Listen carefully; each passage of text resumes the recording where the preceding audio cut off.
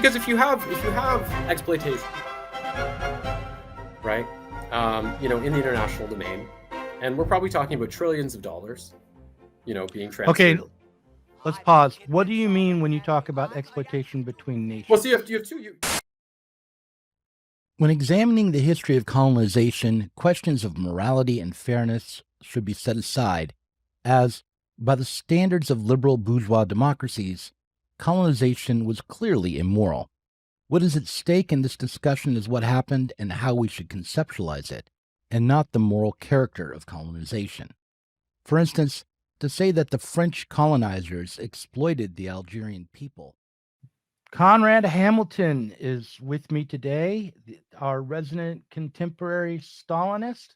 He loves it when I introduce him that way.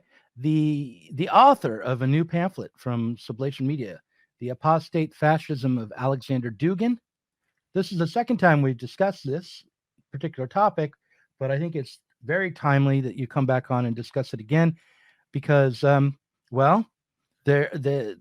the U.S. government is deciding whether or not to continue funding the war effort by Ukraine. Tucker Carlson recently went to Russia and discovered what it's like to go shopping in a grocery store, something he's had his people do for him, I guess, for the last 30 years. He reenacted Bush Sr. being stunned by a scanner at a supermarket. And also he interviewed Putin. And the pamphlet's out now, so people should go and buy it or sign up to be a subscriber on the Patreon. Conrad, welcome back. Thank you. And I'm smoking now because I think every pack of cigarettes you smoke, or every so many packs, diminishes the amount of times you're going to be called a resident contemporary Stalinist by Doug. Since we'll almost surely, as we know, be doing this to the end of time and arguing with each other until we're very old. It's a Sisyphean task. We roll the rock up the hill. That's a good metric. It's a good encouragement for taking up smoking to be reduced to be called such appellations. So we're here to discuss the pamphlet that I'm publishing with Sublation. Right. And in the last talk we did that was made public, we discussed in some detail the sort of fascist fascism, as Dugin puts it, of his earlier work, the sort of fusion of red and brown that he posits. And part of my thesis at that point was that, and part of this can be found within Dugin's work, but part of it stems from my own analysis. Part of my thesis was that Dugin runs into a certain tension. He is in this 1990s Russian climate, in which there's chronic instability. I mean, we can talk about, sex work and corruption and alcoholism and all of this. And he's trying to kind of cobble together some kind of political alternative. His political heritage is quite dubious, long affiliation with kind of neo-Nazi groups. He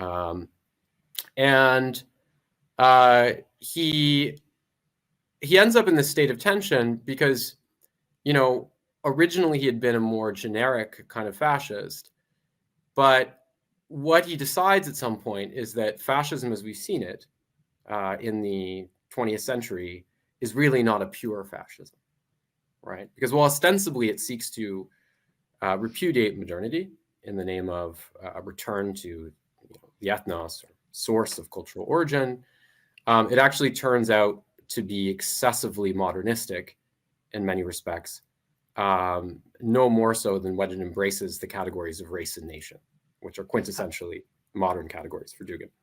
Before we started the podcast, we're going through the sample questions, and you told me I don't want to do a lot of definitions. I don't want to be asked to define terms. Yeah. But now I'm going to jump right in and ask you, how did Dugin conceive of modernity? How did Dugin conceive of modernity? How does he, I guess, and how did he? What does modernity mean? What is that a placeholder for? Yeah, I mean, so I think, to be clear for Dugin, there's a long-standing idea which you find within socialist countries, that it would be possible somehow to separate out, that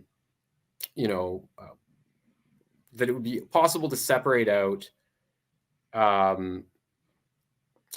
the authenticness of culture, right, from the usage of Western technology, right? So we see this in China, for example, right? And Yu Kui has written about this idea that you could have kind of Western technology and Chinese culture, right? And I think that Dugin's work is really marked by a more pervasive understanding of, and of course, intellectually, this is defensible in certain respects. And it's certainly a feature of the Heideggerianism, which he later gravitates toward, but essentially the indissociability, right, of, the West, right, capitalism, technology, and so forth, right? And this is also, a kind of feature of, we don't have to get into this, but this is also more a feature of sort of ultra left or left communist kind of critiques, right? So modernity then would be in Dugin's understanding, Western approach to organizing society, wherein cultural traditions are cast aside in favor of market economies and technological advancement and liberal ideology. Is that? Yes. And I think it's also marked by the expression that it would be impossible to dissociate one element from the other in any kind of tidy way, right? Right.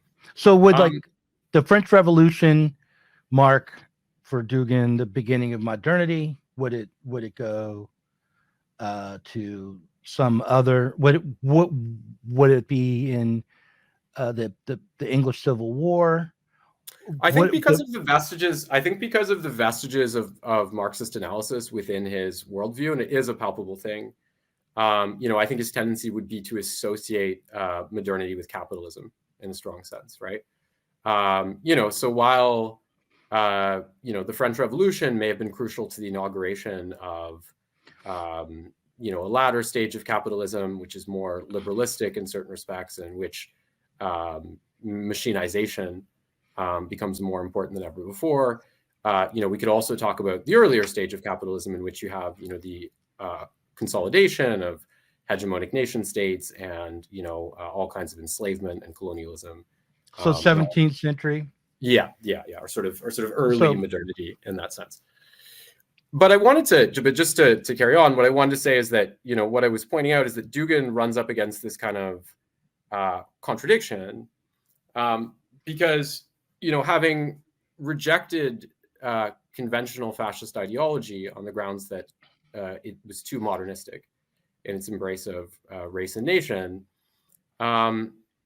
he ends up producing a kind of apostate version of fascism, right? And this is based on the idea that, if we're looking for a real authentic retrieval of cultural tradition, that in many respects you have to look not to Nazi Germany, but to the USSR, right? And this has to do with the history of, Russia. Russia went very quickly from being a kind of tributary empire, one that would exert political dominance over its satellites, but not economically exploit them in an extensive way, to being a kind of a socialist state, that actually provided a huge amount of what Samir Amin would call authentic development assistance, right, to the Caucasus and so forth. Where it wasn't like France, where you have money flowing from Algeria to France. It was actually money flowing out of places like Moscow, right, into the periphery in that sense. So when you talk about an empire that's not exploitative, would you think, or would Dugin think, that such empires were the norm before modernity? That modernity was what brought about the exploitation? Yeah, I mean, Dugin's not a world systems theorist, but this would be consistent with someone like Amin when he points out that, of course you have different forms of chauvinism and political occupation and so forth, but that it's precisely the early stage of capitalism we described, in which you have the division of the world into a sort of core and periphery situation, right? So, and I think that, and again, these are of course, we know in the Soviet Union, there were all kinds of accommodations made, including in Ukraine, to try to revive local languages. There were major investments made. Of course, all of this was balanced precariously with the need for a certain level of Russianization, which became apparent after the failure of the revolution in Europe and the increasing realization that Russian was de facto, the largest language. So when it comes to labor mobility and economic development, it is important to diffuse that. But this is to say that, either in its kind of czarist form, right, or in its socialist form, and of course we know that the Soviet Union had all kinds of, constructive relations with the third world, sponsoring, helping sponsor projects or revolutions in places like Vietnam, Cuba, and Algeria. That the Soviet Union had quite a different relationship to multiculturalism, as well as quite a different relationship to the global South. So in a way, this is what Dugin interprets as a more authentic remnant of a kind of pre-modern state, right? Now, you said the Soviet Union had a different relationship to multiculturalism, but I think of that as a particularly like late 20th century Western ideology of multiculturalism. What do you mean when you say multiculturalism? Yeah, I mean, I'm talking about the way that, so the thing that's important to remember is that, when the initial idea of, the socialist project that they were constructing, the Bolsheviks, was that there was going to be a revolution in Germany, there was going to be a revolution in France, and so on. And so it was necessary in that context to envision a political structure in which people would be entitled to have their sort of cultural rights, linguistic rights, and so forth. Because you're not going to and get even national rights, right? I mean, yeah, national rights, of course, and these kind of things. And realistically, you're not going to get everyone in France. Like I lived in France for 9 years, of course. You're not going to get everyone there to speak Russian, in a quotidian way. That's not going to happen. So emerging from that context, particularly with Lenin, and we know that even technically, the SSRs had the right to withdraw, right, at Lenin's insistence, which was later used, right, with the collapse of the USSR. There were a great deal of efforts made to promote, local indigenous cultures, national sovereignty amongst ethnic. within the context. I mean, within a qualified context, within the USSR was in the also autonomous nations within the Soviet Union, right? Yeah, and also around it. Yeah, and again, I do stress that these relations were very different than what we saw in the West. And actually, there was a great piece published in, of all places, the Platypus Review a while ago. It was a Marxist from Kyrgyzstan, and he was explaining how all of the efforts that were sort of made by the Soviet Union, in which they helped create the modern Kyrgyz language, and there was all kinds of forms of development that were undertaken. And he was also just talking about the history, and I don't want to paint things with a completely positive brush, because we know there was, violence and oppression and all of that. I'm not claiming that those characteristics are exclusive to capitalism, but he was pointing out that it is interesting to note that Kyrgyzstan actually asked, long before the Soviet Union, to become part of the, or become a sort of Russian protectorate, because it felt menaced by the Uzbeks and the Khans, right? And we see actually a similar thing in Ukraine, right? Because, it was the threat of the Polish-Lithuanian Commonwealth, right? In light of the considerable cultural differences, in light of the considerable cultural similarities between Russia and Ukraine, that compelled the Ukrainians to ask Russia to turn them into a protectorate of sorts, right? And then later with Catherine the Great, of course, there's maybe more Russianization than some people had initially imagined, but nevertheless, that was initially actually a request of Ukraine to avoid going into the jackboot of the Polish-Lithuanian Commonwealth. So I just want to stress that, this is quite a different relationship than what we see in the context of when was that they made that request of Russia? I'd have to double check the exact date. It seems to me that we're talking about. Yeah, it seems to me that these events were happening in like the late Middle Ages and early modernity, but I'd have to double check. the dates. I suddenly yes, feel like I'm Tucker Carlson and you're Putin. Like that. That's great. Well, I only wish I were Putin, right? Because then I can just, hijack the interview and just keep going, right? Yeah, you can just say, I thought this was going to be a serious interview. Will you permit me? All right, go ahead. Go ahead. So Conrad. it's very I won't different, interrupt and you really have to situate that in historical context. And so it's very interesting, right? You see these aspects within Dugin, where he adopts this, becomes sort of vehemently anti-racist, paradoxically within the context of espousing a kind of fascist project, and he quotes Dostoevsky. He says, like, Russians were, we're Slavs, we're Tatars, we're Finno-Hungarians, right? We fuse every ethnicity. We're like the all human, right? And a really interesting example of that difference in ideology was apparent because in the summer of last year, I went to Kiev. I was there for a week. And it was interesting. Maybe I brought this up in the last interview, but it was interesting because when you go to the most famous cathedral in Kiev, they have an account of conflicts between Russia and Ukraine there, retold in great detail. And they talk about the significance of the Mongol Empire for the development of Russia, which is like a real thing, right? Because that did occur. And then in every subsequent time they reference the Russians, they call them the hordes, right? The Russian hordes, right? The Bolshevik hordes, right? So you see this, right? Like the ideology in Ukraine, it tends toward a kind of strong, it's a mix. I don't want to oversimplify in Ukraine. Like, I'm not going to say, it's silly to say it's just like a Nazi state or something. Really what you have in Ukraine now is like a mix of liberal and fascist elements, right? In support of the status quo. But the ideology, is sort of we're defending Western civilization, blah, blah. But it was interesting to see how Dugin, right? Because at one point Dugin's talking about, in his work, he's talking about the Mongol influence, and he's like, yes, he's like, us Russians, he's like, we are Mongols, we're totalizing, we build empires, we learn from them, right? So quite a different relationship to the kind of, I guess what you could term Asiatic dimension in that respect. So anyway, so this becomes sort of Dugin's mantra.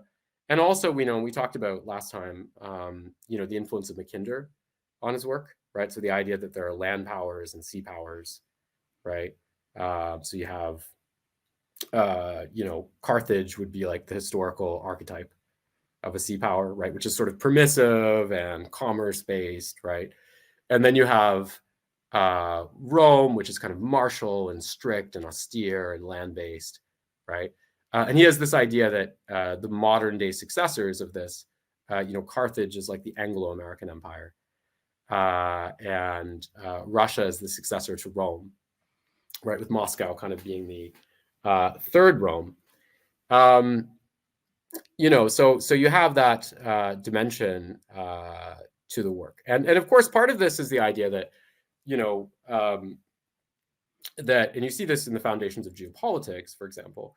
Part of this is the idea that Russia should be working with states all around the world, right from Iran to Pakistan to Vietnam, to resist the influence of the West, and also with Europe. That's very, very important to note as well, right? Because part of Mackinder's analysis was the idea that fundamentally what the Anglo-American world doesn't want is an alliance of Russia and Germany, right?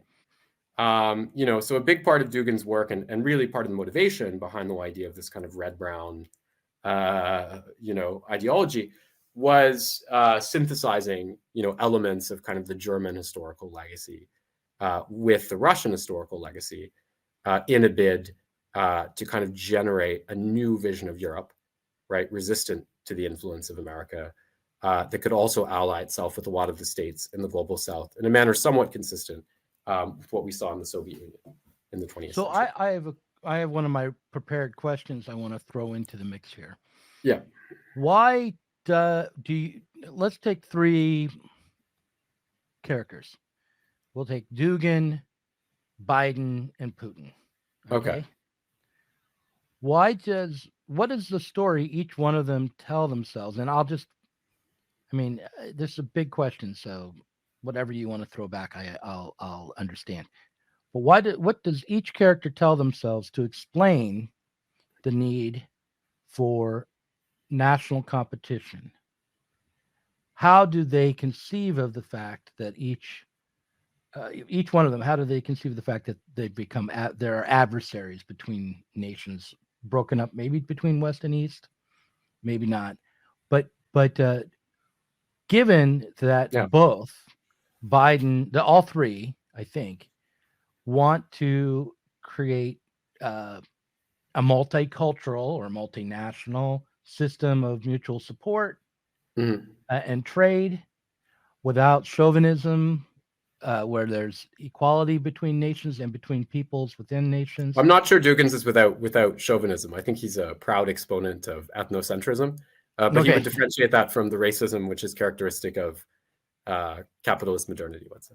Right. Right. So that's interesting. But of course, Biden, as a stand-in for the West, would claim that, in fact, while racism was central to the founding of the United States, it's a great blot on our history, and that the history of the United States has been the overcoming of racism, right? Includes, and that his administration particularly stands for overcoming racism. So how do each one of them explain the adversarial nature of their relationships? So I think the best way to explain their respective positions would be to try to situate them, so far as it's going to make any sense, into a sort of liberal, non-liberal ordering, right?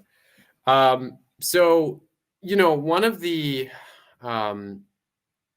views of Dugin when it comes to Western culture is that he sees Western culture as congenitally racist, right? As unable to eschew this kind of racism, which is deeply embedded within it, right? Why is that? Why does Dugin say that that's the case? Well, he sees it as the case because he sees it as being, obviously the ideological complement, to the extensive forms of, colonization and exploitation that were characteristic of modernity. But he also sees it as being perpetuated in more subtle ways now. And it's kind of interesting, right? Like if you read something like The Fourth Political Theory, racism becomes this complete animus, right? Targets blossom in the air, right? So I think at one point he says, well, today we can also talk about, and he gives a lot of examples which are more conventional with respect to how racism is ideologically or materially perpetuated today, right? Like the persistence of models within social sciences or culture according to which the West is superior, right? Inequitous trade relations and that kind of thing. But I think at one point he also talks about, technological fads and fashion magazines. It's not a point that's heavily elaborated, but he talks about them as being a new genre of racism. So it's possible at this point to question if the term doesn't, become a little bit silly. So the explanation that Dugin gives is that the need once modernity kicks in and liberalism is established, the need to set up trade internationally and to unify the whole world in a liberal system, which is coming out of, I'll say, coming out of the French Revolution and the American Revolution in 1848. The freeing up of the breaking away from feudal relations into relations where free labor is what dictates the terms of society. That sets up colonization, which then requires a racist ideology to justify the totalitarianization of nations which have yet to enter modernity. Right? Is this right? Okay, so racism is intrinsic to destruction of ethnoses, right? Like the primacy of Western culture. So racism is intrinsic to the breaking away from feudalism into modernity and capitalism. Into anything resembling the trajectory we've seen, let's say. And I think it's actually kind of interesting how he reads like cancel culture and things like that, because, and I actually don't think he's completely wrong about this. He reads it as a kind of symptomatic of a kind of neurosis, whereby, the West has this need to constantly cleanse itself, right, of the racism which is embedded within it, right, or the sort of chauvinism which is embedded within it. So it latches on to. Would you agree with this story that Dugin tells, that this is what why the West is racist? Well, I think it would be. I mean, even if you go look at someone like Gomez de Zazura, right? Like a lot of people credit him with the invention of blackness, right? It was the leader of Portugal who commissioned him, right, to write a kind of ideological defense of slavery, and then race becomes produced as a concept through that. So I think it's pretty trivial to see it as an ideological concept which is produced in order to justify these actions, and that. So that's a yes. That's a yes to that question. That yes, you do agree with Dugin that breaking away from feudalism is it makes racism intrinsic to capitalism and modernity. I mean, I'm not going to sit here and say that we can't imagine a different mode of production that would have arisen from feudalism, right? For example, or maybe we can imagine a different state of affairs under which capitalism wouldn't have continued that way. But this is why I said anything resembling the trajectory we've. Well, but now we've shifted from Western modernity and liberalism into capitalism, which is not what we've been talking about. We've been talking about, we've been talking about. I threw it in a bit in my definition, but it's not in Dugin's, right? He doesn't talk about. Dugin talks about capitalism quite regularly. Like I wouldn't dismiss that aspect of the work. So what is Dugin's he doesn't have a scientific definition? epistemology, and he's not a Marxist. Right. But it's clear that he relies on a lot of Marxist ideas, and I think that's natural when you consider the climate in which he emerged. Does Dugin think workers should be able to work for whoever they want freely, or does he think that workers should be tied to the land and serve some sort of lord? That's a great question. I wouldn't take his work as being terrifically prescriptive at the level of domestic economic structures, which might be quite telling in of itself. I know that he's advocated forms of democratic, like referendums, more local forms of governance, and so on, which is part of. I partly respond in my article to something Matt McManus wrote called "Just Call It Fascism," and I point out that one thing McManus ignores, mostly because he quotes actually off Millerman, not off Dugin, is that there is certainly a kind of qualified endorsement of democracy within the works of Dugin, but like that has it chafes against the fact that he's essentially hostile toward democracy as a global liberal system, right, or as a pretext for American rule. So whatever concept of democracy he might endorse has to be produced outside of those contours. But about the economy, I know in Putin versus Putin, he says basically that I'm quite in a passage where he's criticizing dollar imperialism. The question was Putin. How does he? So just to clarify for people who may be losing track, how does Putin explain the adversarial relationships that has emerged between the West and the East, or between nations?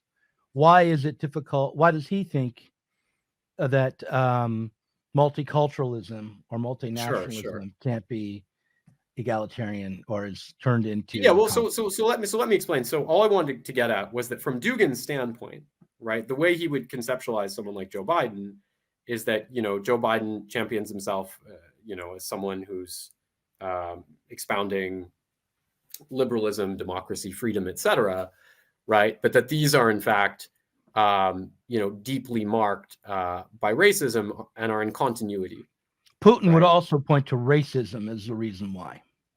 Putin would also Putin will also talk about racism, but it doesn't have the same, enormous or existential significance, I would argue, for him as it's going to have for Dugin.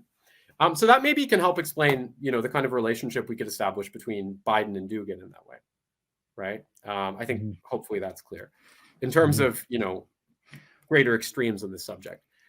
Now, in terms of the relationship that Putin might have, you could easily interpret him as somewhere between Dugin's views and those of Biden, right?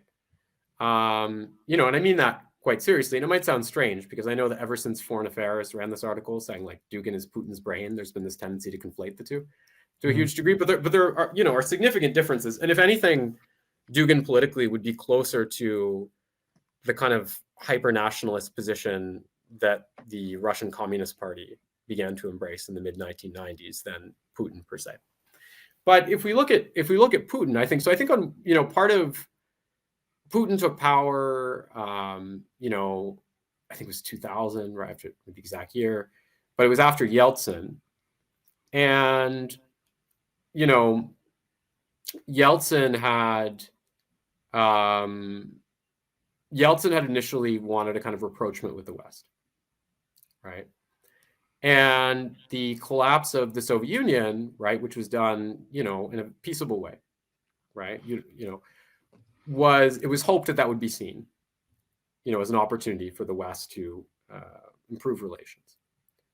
But if you look at what happened in the 90s, right, you know, whether we're talking about potential Russian support for, you know, Chechen separatists, Islamic Republic and the Chechen War, which is, to be fair, debatable. Whether we're talking about, you know, the recognition of the independence of Kosovo, whether we're talking about the expansion of NATO in 1997, and so on, or just the fact that, you know, very little Western financial aid was provided. Actually, Poland received more aid in the 1990s from the United States than Russia did. You know, it was felt that aggressions were continuing, right, within Russia. You know, and actually, why did Putin think that was happening?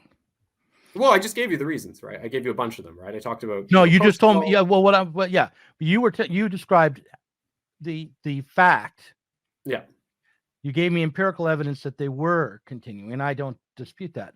Why does Putin think that the United States behaved the way that it did? What set up the antagonism? Mm-hmm. Well, it's interesting because actually this question, I think, is asked in the Carlson-Putin interview. And I think, you know, from the horse's mouth himself, I think that Putin says that I'm not sure, but we can speculate, you and I, why, for example, did the West not want to integrate Russia into NATO in spite of the fact we asked, right? You know, what's the difficulty with our membership in international organizations? And I think that, you know, he sort of speculated, right? You know, nuclear state, big population, and so on, right? The fear that it might actually overwhelm or come to exert too much power within these forums if it were admitted to them, right? So in any event, well, you know, I just want to just interject a thought here that we should both notice. Yeah. The assumption is still built in that powerful nations are going to be antagonistic. Yeah, well, and I think particularly the antagonism is still assumed there, because like if I assume that someone doesn't want me to become a great writer, say, because then I'd be able to compete with them and overwhelm them in the marketplace of ideas, I'm assuming an antagonism.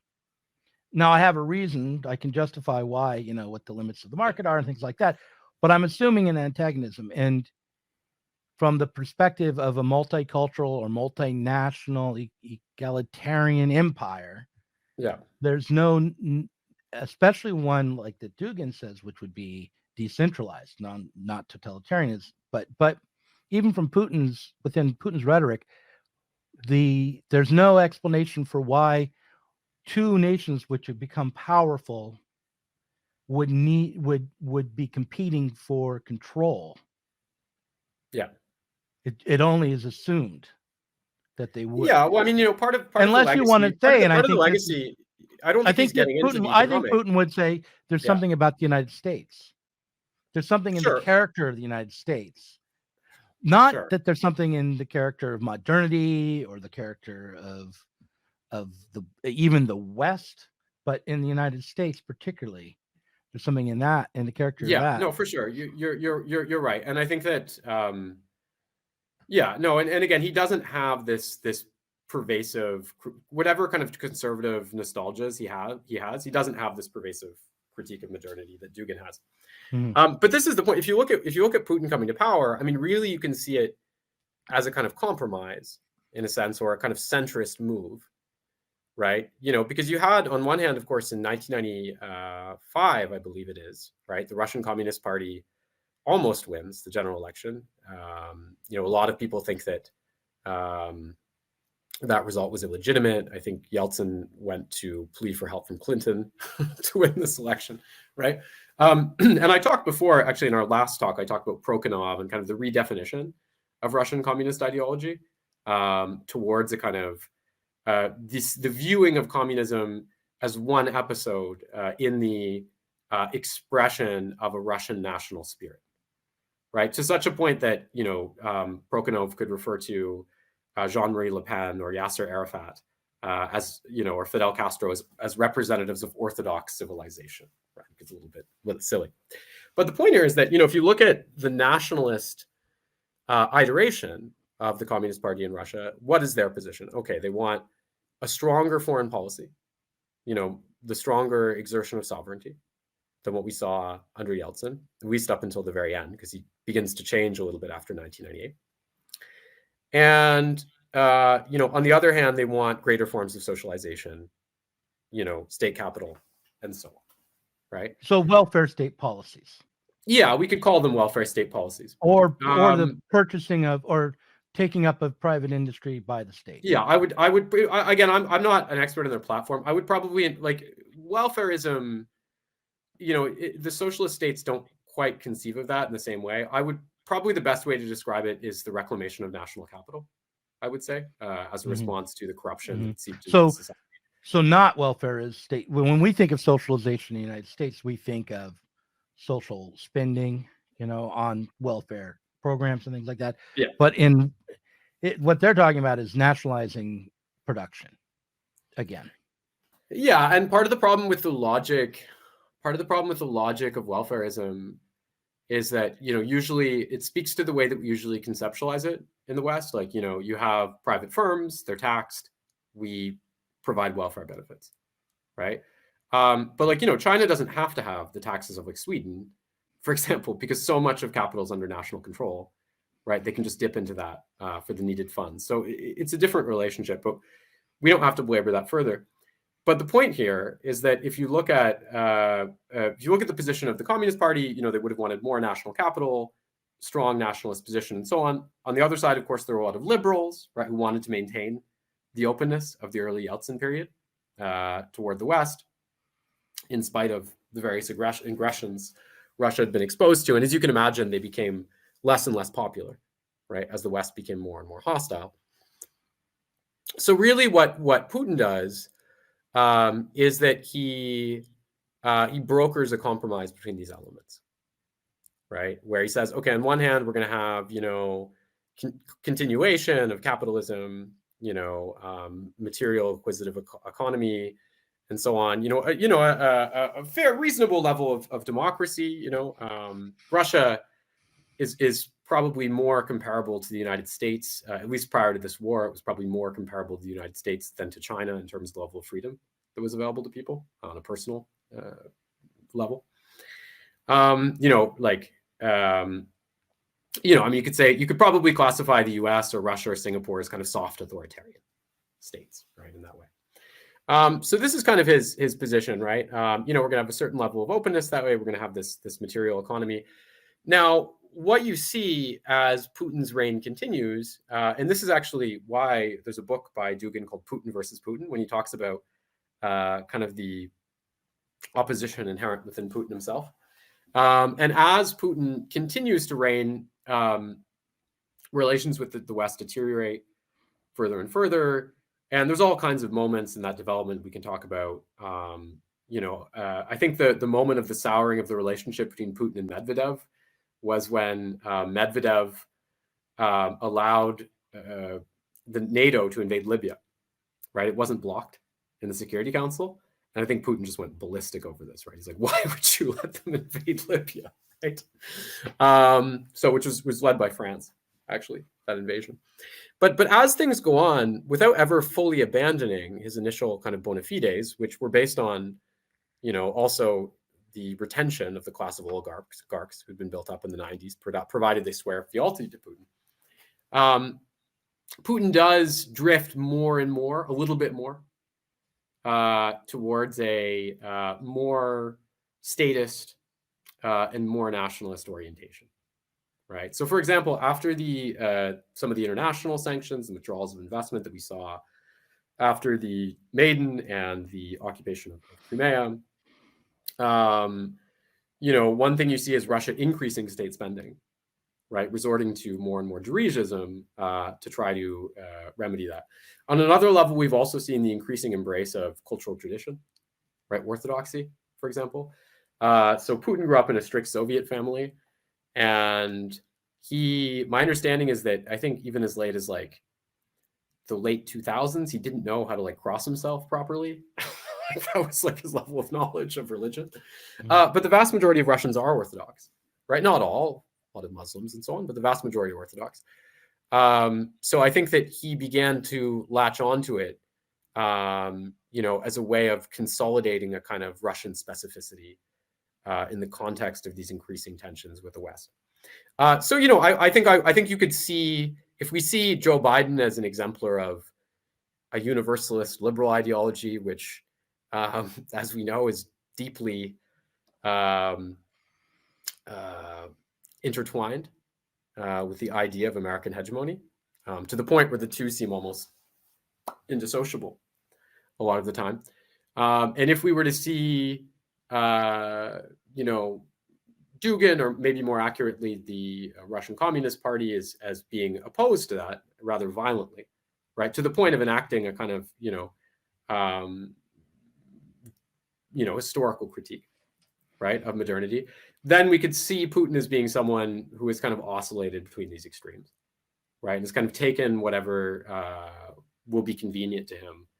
And I think maybe you could draw an analogy. Vivek Ramaswamy, right? Who? Like Vivek Ramaswamy, he's for religion. He embraces Christianity as a Hindu. Yeah. To try to give the United States its own national ethnic character, distinguish it as fundamentally religious, even as he uses that as the basis to say he supports the Constitution and the separation of church and state and the religious freedom. So yeah, religious freedom and the kind of core religiosity that he embraces are almost indistinguishable from each other. But nonetheless, there's this move to take on religion for political purposes, while still completely accepting modernity and liberalism, in the case of Vivek Ramaswamy. And I think in Russia there's freedom of religion as well, right? You're not required to be Orthodox in Russia. No. I mean, Russia is very, one thing that is often lost, because, I've talked about, you have this kind of like, circa Russiagate equation of like, and this is part of what drives these really bad takes on Dugin's work, which are very simplistic and not historically grounded. But you have this kind of idea of like Hitler equals Putin equals Trump or something like that. And part of what's lost in this is that because of the Soviet experience and because of a different relationship to the third world, but let's just talk about the Soviet experience here. Russia is such an intensely multicultural political environment that, I think it's been said that Putin spends more time, going around courting different minorities by far than Joe Biden does, right? That he's always going around dressed in indigenous attire and holding babies and this kind of thing. Right. And this is just necessary, right? Because Russia is so diverse that there would be, and this is the thing, and this is also what Dugin recognizes, right? Because I mentioned that Dugin came out of a defiantly fascist trajectory, right?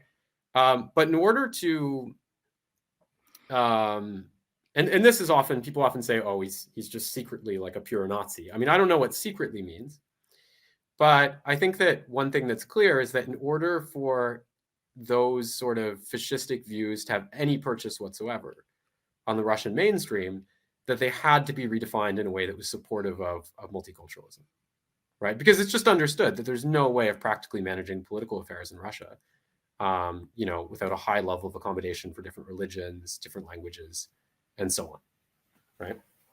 So again, how does Dugin justify? My understanding is he's Orthodox, right? Am I wrong about this? Okay. Yeah.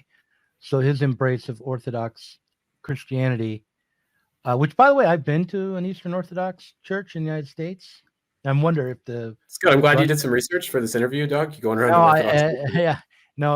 It was years and years ago.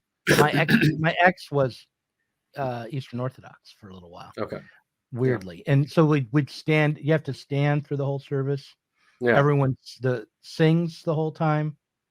Icons, that you go around kissing.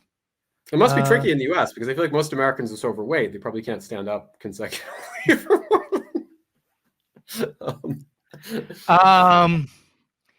all right. Oh, does that transgress the limits of acceptable anti-Americanism? I'm kidding. Americans. No. It just brings forth the barbaric American in me. That's all. But I think does that help clarify though how we might perceive the political relationship between these figures though? Yeah, it does. So the answer is that ultimately, from my way of hearing this, tell me if I'm flattening this too much. Yeah, is that Dugin is to Putin as, I don't know, someone to the some more traditionalist type, like, well, I'm going to say Jordan Peterson, but that's not fair to Dugin. But yeah, sure. But as some traditionalist right winger in the United States would be to Trump, that they are, Dugin is not really advocating for a return to feudal society and religious life as it was known in the past, or as we conceive of it having been known in the past. He has to make concessions to the reality that in modernity imposes, and certainly Putin isn't really advocating for that. Trump is. So Dugin's much more consummate in that vision than Putin is, right? Well, sure. So as would someone who was a traditionalist Catholic in the United States be to Trump, but nonetheless be able to support Trump, because there's an ideological usefulness that ethnic identity in the guise of a religious embrace of a religiosity, if not a particular religion. But we have to be very conscious about that the constituent elements of tradition are different in every society, right? And I think this is something that, because again, when I talk about this, equation, right, Hitler, Putin, Trump, right, part of the great usefulness of Dugin for kind of liberal commentators in the United States is that, his espousal of, what he provocatively would term fascism in the 90s, right, even before the fourth political theory, gave them a very easy way. What kind of differences are you imagining are significant that urge, that motivated you to say, these religious ethnic ideologies are different in different societies? What are you thinking of particularly? Well, no, what I was getting at is that what we call traditionalism is articulated very differently. So when the Communist Party begins embracing this idea, or when we have people like Prokhanov saying, like orthodoxy, Marxism, not so different, right? Which would have been unthinkable, right? Like in the 80s. What this attests to is, faced with kind of the ascendance of liberalism, the tendency of oppositional elements or pro-traditionalist elements to kind of develop this very syncretic ideology, right? So that doesn't sound different. That's exactly what I was pointing. Well, it is syncretic. No, but the point is that the elements are different, right? I'm not saying that the syncretism. So which elements are you thinking of that are significant enough that you wanted to make that objection? Well, no, elements of this I mean was saying for that, within Dugin's work, right? I was saying like the fact that, anti-racism becomes his calling card, right? Like it's like the animus, right, of his work. I would say that in the United States, Mm-hmm. anti-racism is the calling card of the new Puritanism that's coming out of a long, Sure, but you're talking about its ethnic identity manifestation within woke liberalism. Yeah. Yeah, right. So then we're talking about the other I side. wouldn't Like, call they woke wouldn't identify liberalism. themselves as traditionalists. To call it liberalism is misleading because it is specifically not liberal. Okay, let's say like opposed to liberalism. Okay, it is working to overturn. Yeah, but that to be clear, that problem is always a problem of liberalism, because when you provide people with freedom, within an ostensibly liberal order, there's always going to be threats which manifest to that freedom which has been provided, right? What Derrida would call autoimmunity. So if we look at someone like Lincoln, for example, right? Like Lincoln's message wasn't like, oh yeah, the South, right? Like he kind of fought a war, and I think it's 1 million people, right, died, right? And of course, this has been codified within a certain right-wing discourse as an illiberal offense of states' rights, right? So it just goes to show the different ways that you can conceptualize that. Sure, but I think that if you look to the Bill of Rights and the foundational ideas of the United States Constitution, enslaving a group of people would be an infringement upon and an overturning of the liberal order and unconstitutional much more deeply than this question of the division of power, between the federal government and the states. So that's one way of reading the liberal tradition. Of course, the other way would just be that slaves are property and that liberalism is a defense of property, right? But this, this is my only. That would have to ignore, but that reading would have to ignore the foundation, humanism and the individualism within the Constitution, that all men are created equal. Yeah, you could try to make an exception. Does liberalism come out of humanism, understood as the view of all people, or is that a retroactive? Yes, I don't think that you can. I think that you can. There's a struggling after a definition of the human subject that can be free. Okay, and so that and the pioneers of liberal modernity, the philosophers of freedom like Locke and Hume and Kant and so forth, judged other cultures in their the progress towards self-reflexivity and freedom. Okay, in ways that often were racist. Okay, but nonetheless, the ideal here was that what they were wrestling over was not some ethnic identity founded on a deity which had a relationship to the locality, but rather something intrinsic to humans and their form of freedom that they clearly that's an element to it, because we know that a lot of the U.S. founding fathers, even the ones who owned slaves, either were or came to be very suspicious or hostile towards slavery. At the same time, they owned slaves, and the U.S. permitted that. So this is just a tension that I don't think we're going to resolve in this discussion. Well, I'm not trying to. All I'm pointing out is in the United States today, anti-racism is a religious category in precisely the same way, and religion is a different kind of religiosity is turned to justify actually an assault on liberalism in both cases. That's all I'm saying. I'm not saying that there's nothing intrinsic to liberalism that produces this. Obviously there is, because liberal modernity and free labor is underpinning all of it. I'm just saying there's not a difference between the anti-racism of Putin and the anti-racism in the United States if we think that it is buttressed by a religiosity. They're both buttressed by religiosity. So okay, well, there may be some link to that. But what I wanted to draw attention to is that, you know, I think within Dugin's work, you know, this whole trajectory, right? You know, when he talks about kind of multiculturalism, when he has these critiques of the West, when he, you know, the third worldist elements, you know, it goes to show you how different the conception is of tradition from the Russian standpoint. And it would have to be very different because they didn't really have capitalist colonialism in the same way, right? You know, the Soviet Union was foundationally a deeply multicultural state, right? You know, long before the West sort of adopted. why would that models. alter their understanding of tradition?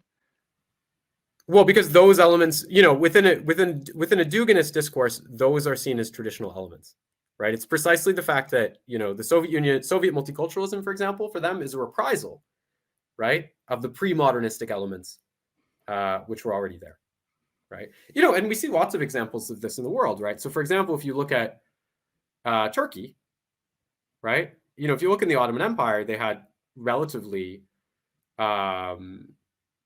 you know, tranquil relations with the Kurds, right? You know, it's only when you have Ataturk who comes to power, right, that you have this attempt to kind of emulate a Western nation state, you know, where Turkish becomes codified as a race, right? And it's ludicrous, right? The idea this could be something like a consistent race in light of the diversity of the Ottoman Empire, where linguistic hegemony is imposed and so forth, right? And part of what made the socialist states different, right, than, for example, the Turkish model, which was so desperately trying to emulate the West, was that the socialist states, to a greater degree, established forms of continuity with the tolerances, or even expanded in many respects, the more pluralistic character of the tributary states which presaged them. You know, right? The United States does not have an official language. Mm-hmm. Russia does. I mean, I'm not sure.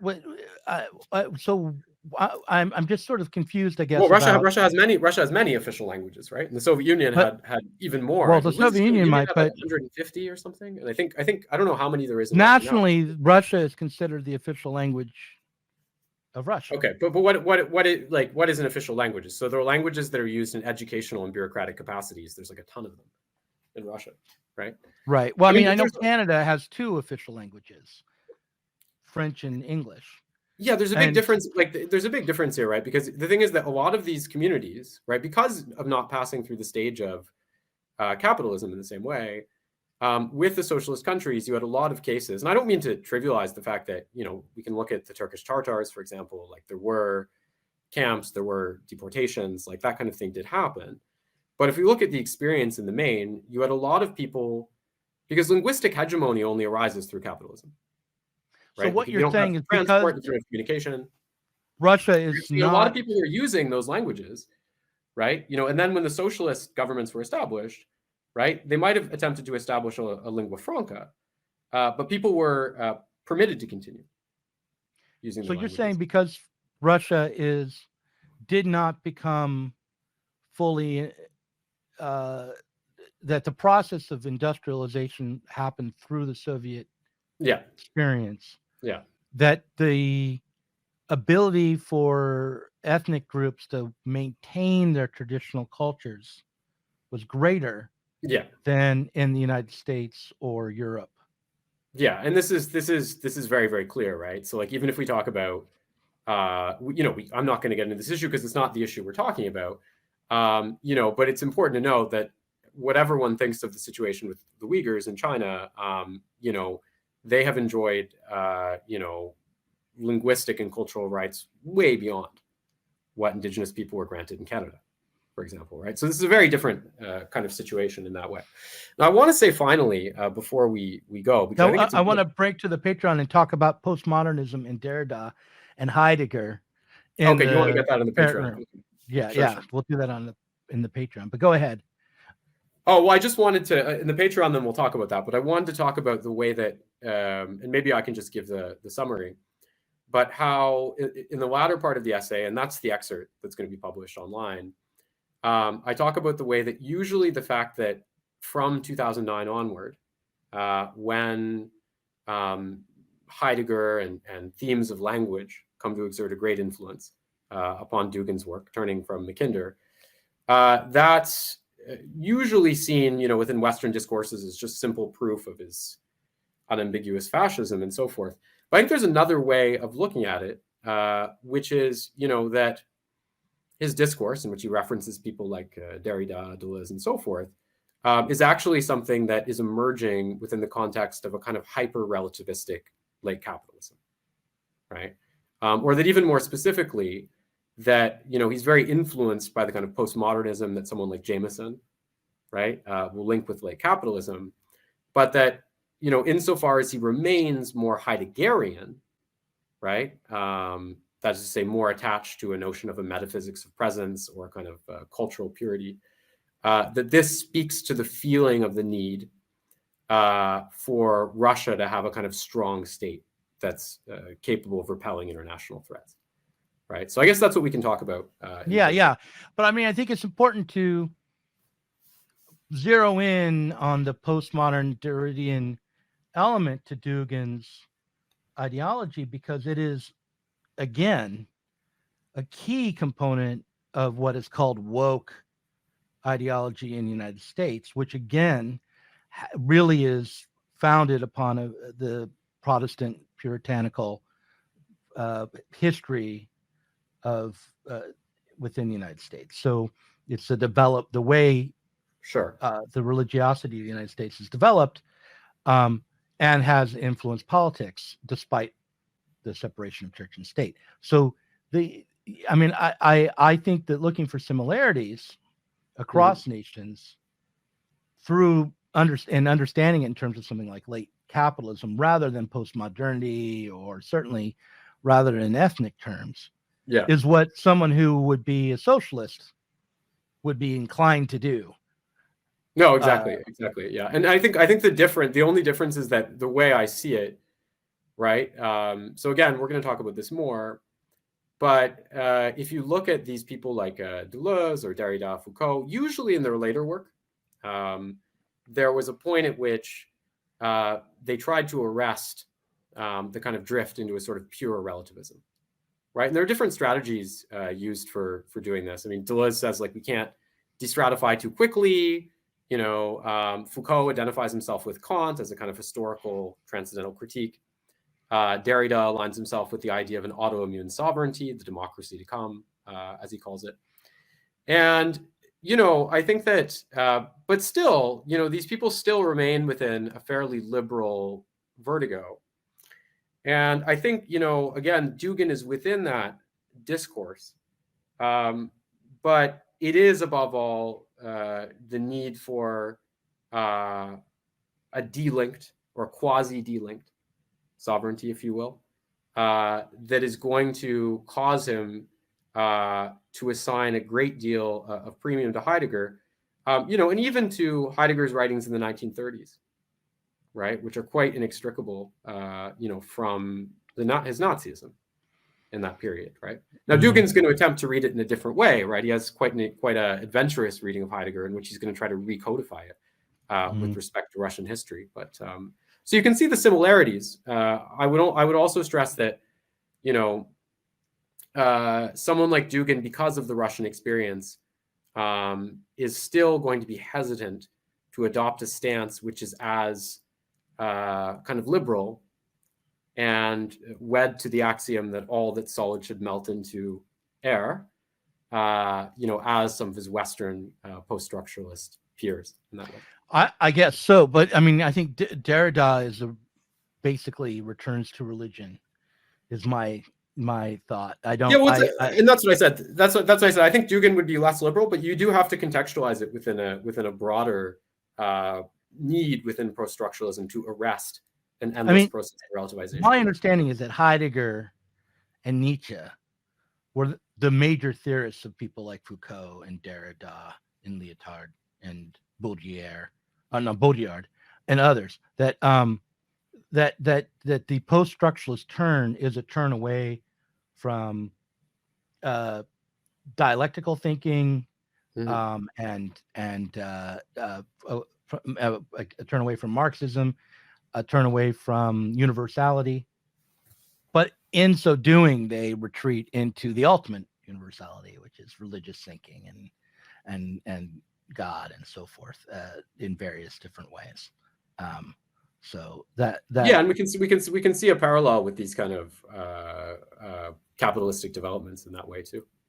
Yeah, I just think that when you look at the problem of modernity, it's a good thing to globalize it.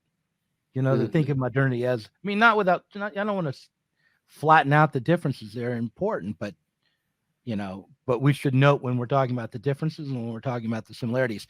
I want to and especially with when we're talking about Dugin's formation in the 90s, because Russia in the 90s was probably closer to the West in a lot of respects than it ever was at any point before that, right? So yeah, maybe. So I want to read you something from I just tweeted out, and we can talk about it in the parrot room. So I've noted in this tweet that a lot of people in America are very concerned about protecting BIPOC people from speech that injures their dignity and it's dehumanizing. And I asked, would you support the following addition to the U.S. Constitution? The right to freedom of speech may not be exercised with the aim of violating the dignity of any ethnic or racial community. Persons belonging to such communities shall be entitled to enforce their claims in court against the expression of an opinion which violates their community, invoking the violation of their human dignity. So I'll ask you, would you support that addendum to the Constitution, either the EU or in the EU or in France or in Canada or in the United States? I mean, I think what I was going to say, because we didn't get around to that, but all I was going to say is that if we're trying to understand the kind of extremes of, let's say, woke liberalism that we see today, I would see it again. I think the kind of psychoanalytic model works, but I would see it as stemming from a need to a manifestation of a consciousness of the problems that exist that turns in a neurotic circle because it cannot address the core underlying factors, because the agenda is being set on by capitalism, right? And this would be like Adolf Reed's critique of Black Lives Matter, right? Where he says, like, from all available data, there's not the correlation between police violence and race is a consequence of poverty, and the increased poverty experienced by Blacks in the United States. So I don't believe that it's useful to organize along explicitly racial lines in this way, because I think it deprives us of the actual solidarity that we need to affect change. So you would not want that addendum to the Constitution of the United States, for instance? I think that, with respect to any particular reform, I mean, I'd have to think about all these things. But I think that the most important thing at this point is to understand that, what we might term direct racism, right? The idea that, like, you're Black, so I don't like you. That's already been consigned to the margins of American society, right? I mean, sure, you can find 65-year-olds in Alabama who evince those views, but these are views which you could lose your job for, right? They're not broadly socially tolerated, and so forth. And yet, at the same time, I want to tell you, perpetuation of an enormous degree of racism, right? Instrumentally and economically. Right? And even the dependency of the system on the subproletarian Black labor. The question was about this addendum to the Constitution, right? And I understand what you're saying. So it sounds like you're vacillating, you're hesitating, you're waffling. You're not sure if you like it or not, but probably not. And you're quoting Adolf Reed and others. Probably not. Good call. That's from the Orban's Hungarian Constitution. Oh, is it? Well, I don't mean that. I don't think that necessarily makes the measure in of itself bad.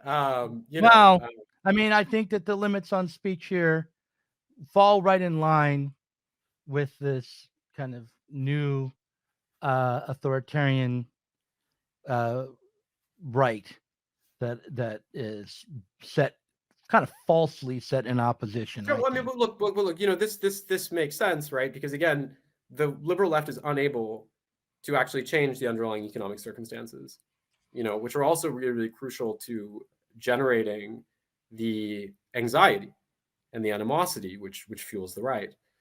And so what are they going to do, right? How are they going to maintain power? And, I think what we're seeing is an attempt to exclude, right, and censor, right, people who are evincing social attitudes that could be somehow associated with a right-wing tendency or reactionary tendency.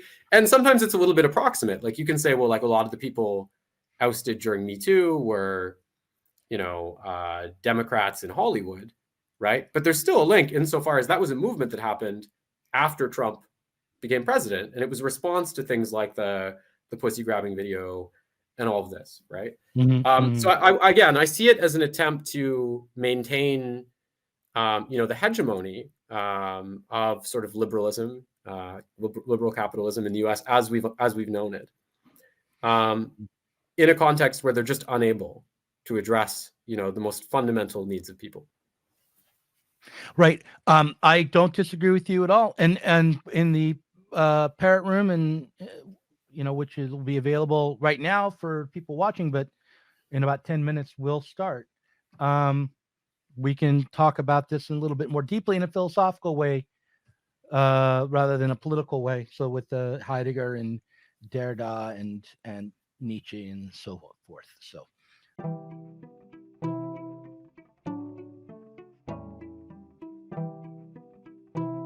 If you enjoyed this conversation, please do consider supporting us on Patreon.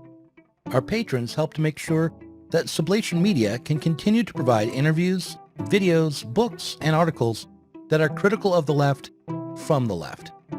If you are tired of remaining stuck within bourgeois ideologies and politics, help us sublate them both.